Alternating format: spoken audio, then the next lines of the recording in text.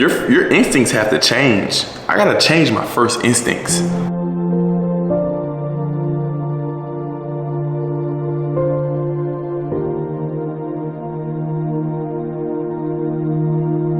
I know y'all know the story of David and Goliath, right? David, a regular old guy, about to fight Goliath, who was, if you know Goliath was 9 feet tall. He was this warrior of a man, and he was about to go to war against a nation of people. And the army that was finna go against Goliath was terrified because Goliath was 9 feet tall and you did not want to fight Goliath. David had the courage to say, you know, I'm gonna defend God's people. I'm gonna go fight Goliath. Or David went to battle, right? Oh, the king was like, yo, like, if you're gonna fight this dude, like, yo, like, try this gear, like, put this equipment on, like, I got this suit for you, like, bro, if you're gonna do this, like, this is what you need, right?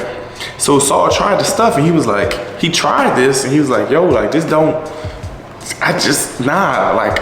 feel right. Like, I've been in a battle before, and I'll try this stuff, but this don't feel right. It don't feel like me. I don't think this will work. Because a lot of the times, we do the same thing David did right there.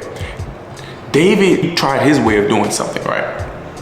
David was faced with opposition, which was Goliath, and he was willing to try his own way of doing something, right?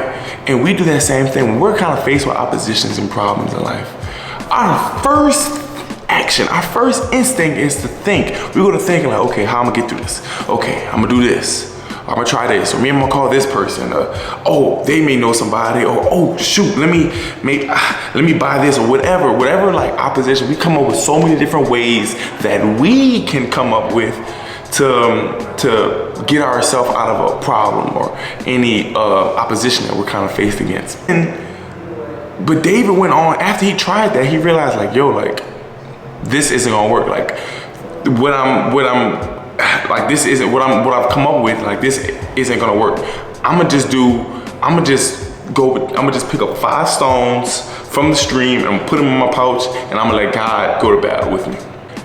He went to battle with God. Not that these 5 stones were so good. No, David beat Goliath because God helped him in that victory. Because he allowed God to say, okay, God, you want me to pick these 5 stones up? Okay, God, this is how we're gonna do it. Okay, you know what? It doesn't make sense to me. I don't understand it. I think these 5 rocks, I don't think it may or may not beat this big 9-foot giant, but you know what? Okay, I'm gonna just trust it. He won. Why don't we just trust God's way of doing it? Our first instincts are for us to come up with a plan, for us to find out a way to do something, but we don't make the decision of saying like, you know what, God, like, how do you think I should come about this? This problem I'm faced with is bigger than me. This is a giant problem. God, how can I come about this? God, how can I receive victory? Because truth be told is, a lot of the times we can't, sometimes those problems are bigger than us. Sometimes we actually need God's favor in order to receive victory, in order to go against the problems that we're facing with. And I think we do that because a lot of times we don't trust God enough. We like to think we're wiser than God for some reason. And a lot of times that God's way of doing something is our way of thinking something might be like, okay, I'm gonna do this equipment, like David had all this equipment and things like that. 5 rocks versus like all this bronze shining armor. Like, of course the armor sounds better to us, but God doesn't see the way we see things. God doesn't need our help. And he got the victory in doing it God's way. But we need to change our insight, because a lot of the times we try things our own way, and when we try things our own way and it doesn't work, that comes with so much stress, and we get stressed out and insecure, and we kind of go into this panic like, what am I gonna do? Nothing seems to be working. I tried this, nothing seems to be working. What am I gonna do? We waste so much time when we could save ourselves that heartache and that headache if we just say, you know what? God, I have a problem. My first instinct is to go to God. My first instinct is to say, God, what should I do? Okay, this is what you want to do? God, it may not look like this seem like the best way to enter through my eyes, but I'm gonna just trust it. When you are faced with something, just trust God. Your first instinct needs to be to go to God.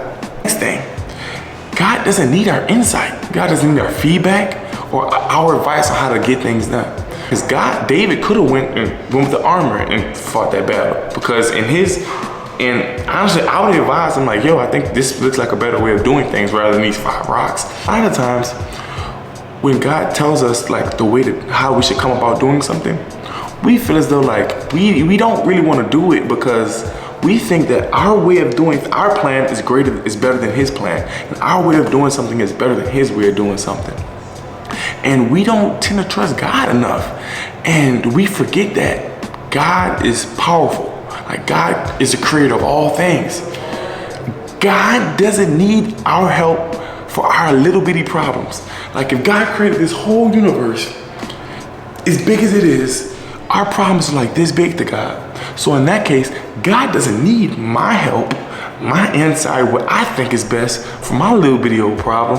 Our advice, like, hey God, I know you said this, but I think we should do this, right? Hey God, I know you sent me like to trust in you, but I don't think what you're saying really sounds to make much sense right now. So I'm gonna just do it this way.